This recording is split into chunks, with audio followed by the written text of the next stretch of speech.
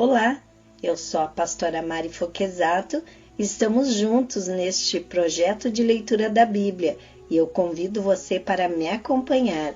Se você ainda não é inscrito no canal, inscreva-se, toque no sininho e escolha a opção Todas, para que sempre que eu poste um vídeo novo você receba. Também deixe o seu gostei, o seu joinha, porque isso é muito importante para o crescimento do canal. E se você quiser deixar um comentário e compartilhar esse vídeo, eu agradeço muito. Vamos iniciar a leitura de hoje? Juízes, capítulo 16, Sansão e Dalila. Certa vez, Sansão foi a Gaza, viu ali uma prostituta e passou a noite com ela. Disseram ao povo de Gaza: Sansão está aqui. Então cercaram o local e ficaram à espera dele a noite toda, junto à porta da cidade. Não se moveram a noite inteira, dizendo: ao amanhecer o mataremos. Sansão, porém, ficou deitado só até meia-noite. Levantou-se, agarrou firme a porta da cidade com seus 2 batentes e os arrancou, com tranca e tudo. Pôs tudo nos ombros e o levou ao topo da colina que fica defronte de Hebrom. Depois dessas coisas, ele se apaixonou por uma mulher do vale de Soreque, chamada Dalila. Os líderes dos filisteus foram dizer a ela: veja se você consegue induzi-lo a mostrar-lhe o segredo da sua grande força e como poderemos dominá-lo para que o amarremos e o subjuguemos. Cada um de nós dará a você 13 quilos de prata.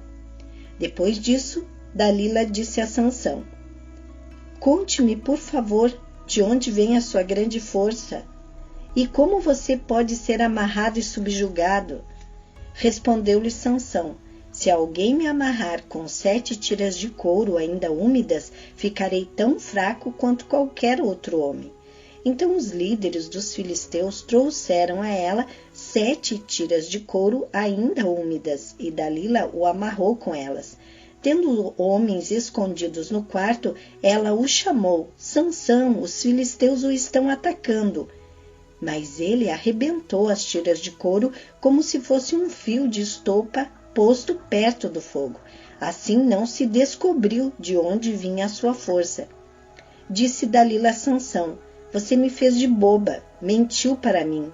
Agora conte-me, por favor, como você pode ser amarrado.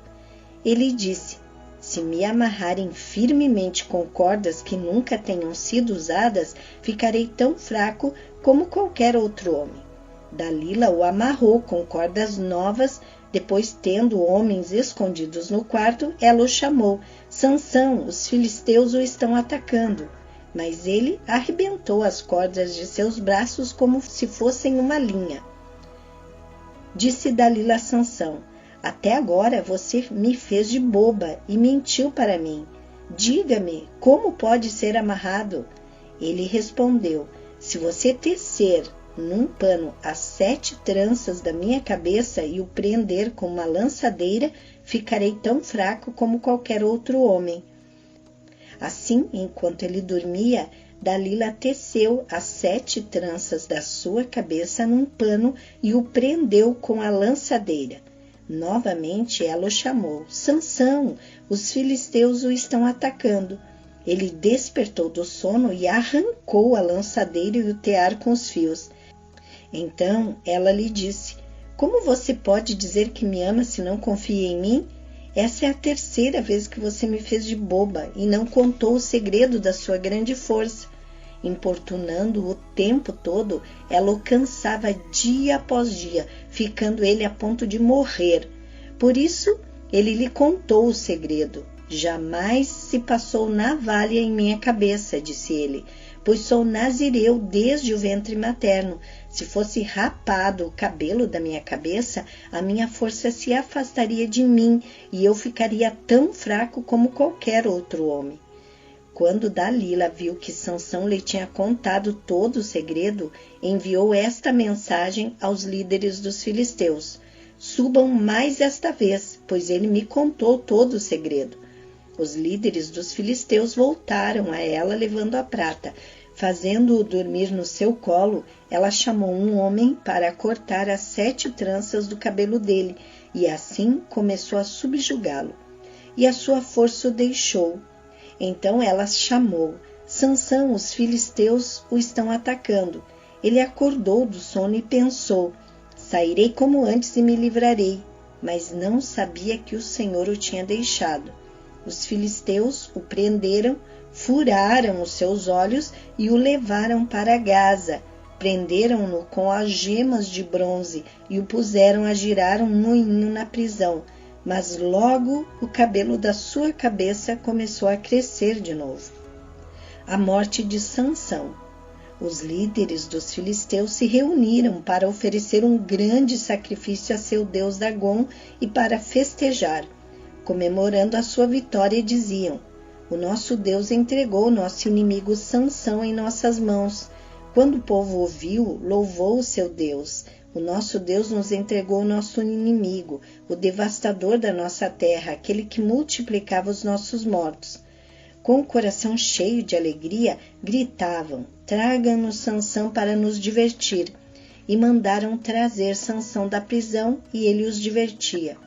Quando o puseram entre as colunas, Sansão disse ao homem que o guiava pela mão: ponha-me onde eu possa apalpar as colunas que sustentam o templo para que eu me apoie nelas. Homens e mulheres lotavam o templo. Todos os líderes dos filisteus estavam presentes, e no alto, na galeria, havia cerca de 3.000 homens e mulheres vendo Sansão, que os divertia. E Sansão orou ao Senhor: ó soberano Senhor, lembra-te de mim. Ó Deus, eu te suplico, dá-me forças mais uma vez e faze com que eu me vingue dos filisteus por causa dos meus 2 olhos.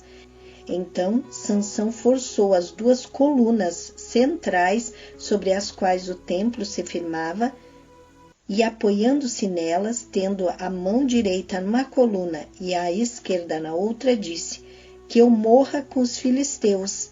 Em seguida ele as empurrou com toda a força, e o templo desabou sobre os líderes e sobre todo o povo que ali estava. Assim, na sua morte, Sansão matou mais homens do que em toda a sua vida. Foram então seus irmãos e toda a família de seu pai para buscá-lo. Trouxeram-no e o sepultaram entre Zorá e Estaol, no túmulo de Manoá, seu pai.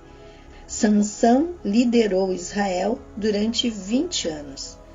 Juízes capítulo 17. Os ídolos de Mica. Havia um homem chamado Mica, dos montes de Efraim, que disse certa vez à sua mãe: os 13 quilos de prata que lhe foram roubados e pelos quais eu a ouvi pronunciar uma maldição, na verdade a prata está comigo, eu a peguei. Disse-lhe sua mãe: o Senhor o abençoe, meu filho. Quando ele devolveu os 13 quilos de prata à mãe, ela disse: consagro solenemente a minha prata ao Senhor, para que o meu filho faça uma imagem esculpida, um ídolo de metal, e eu a devolvo a você. Quando ele devolveu os 13 quilos de prata à mãe, ela disse: consagro solenemente a minha prata ao Senhor, para que o meu filho faça uma imagem esculpida e um ídolo de metal. Eu a devolvo a você. Mas ele devolveu a prata à sua mãe, e ela separou 2 quilos e 400 gramas e os deu a um ourives, que deles fez a imagem e o ídolo, e estes foram postos na casa de Mica. Ora, esse homem Mica possuía um santuário. Fez um manto sacerdotal e alguns ídolos da família e pôs um de seus filhos como seu sacerdote. Naquela época não havia rei em Israel, cada um fazia o que lhe parecia certo. Um jovem levita de Belém de Judá, procedente do clã de Judá, saiu daquela cidade em busca de outro lugar para morar. Em sua viagem chegou à casa de Mica, nos montes de Efraim. Mica lhe perguntou: de onde você vem? Sou levita de Belém de Judá, respondeu ele. Estou procurando um lugar para morar. Fique comigo, disse-lhe Mica. Seja meu pai e sacerdote, e eu lhe darei 120 gramas de prata por ano, roupas e comida. O jovem levita concordou em ficar com Mica e tornou-se como um dos seus filhos.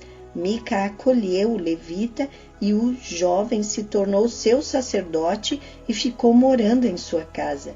E Mica disse: agora sei que o Senhor me tratará com bondade, pois esse levita se tornou meu sacerdote. Juízes capítulo 18. A tribo de Dan se estabelece em Laís. Naquela época não havia rei em Israel, e a tribo de Dan estava procurando um local onde estabelecer-se, pois ainda não tinha recebido herança entre as tribos de Israel. Então enviaram 5 guerreiros de Zorá e de Estaol para espionarem a terra e explorá-la. Esses homens representavam todos os clãs da tribo. Disseram-lhes: vão e explorem a terra. Os homens chegaram aos montes de Efraim e foram à casa de Mica, onde passaram a noite. Quando estavam perto da casa de Mica, reconheceram a voz do jovem levita. Aproximaram-se e lhe perguntaram: quem o trouxe para cá? O que você está fazendo nesse lugar? Por que você está aqui? O jovem lhe contou que Mica fizera por ele e disse: ele me contratou e eu sou o seu sacerdote. Então eles lhe pediram: pergunte a Deus se a nossa viagem será bem-sucedida. O sacerdote lhe respondeu: vão em paz, sua viagem tem a aprovação do Senhor. Os 5 homens partiram e chegaram a Laís, onde viram que o povo vivia em segurança, como os sidônios, despreocupado e tranquilo, e gozava prosperidade, pois a sua terra não lhe deixava faltar nada.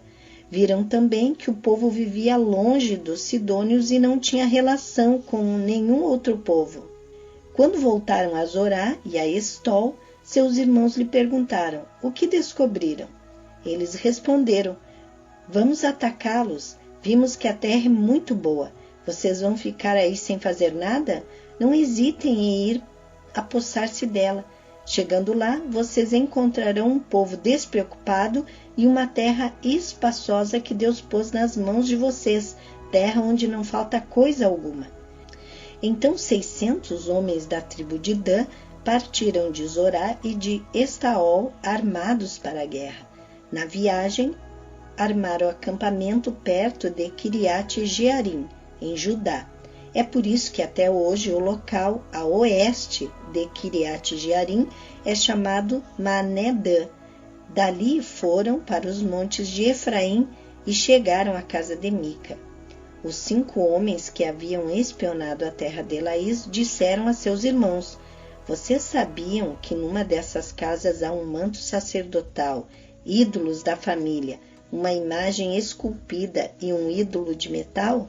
Agora vocês sabem o que devem fazer.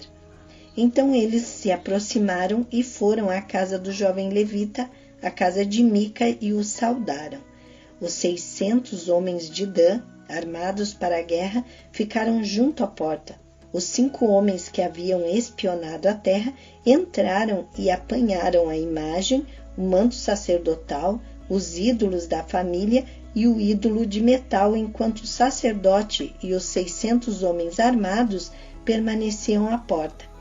Quando os homens entraram na casa de Mica e apanharam a imagem, o manto sacerdotal, os ídolos da família e o ídolo de metal, o sacerdote lhes perguntou: o que é que vocês estão fazendo? Eles lhe responderam: silêncio, não diga nada, venha conosco e seja nosso pai sacerdote.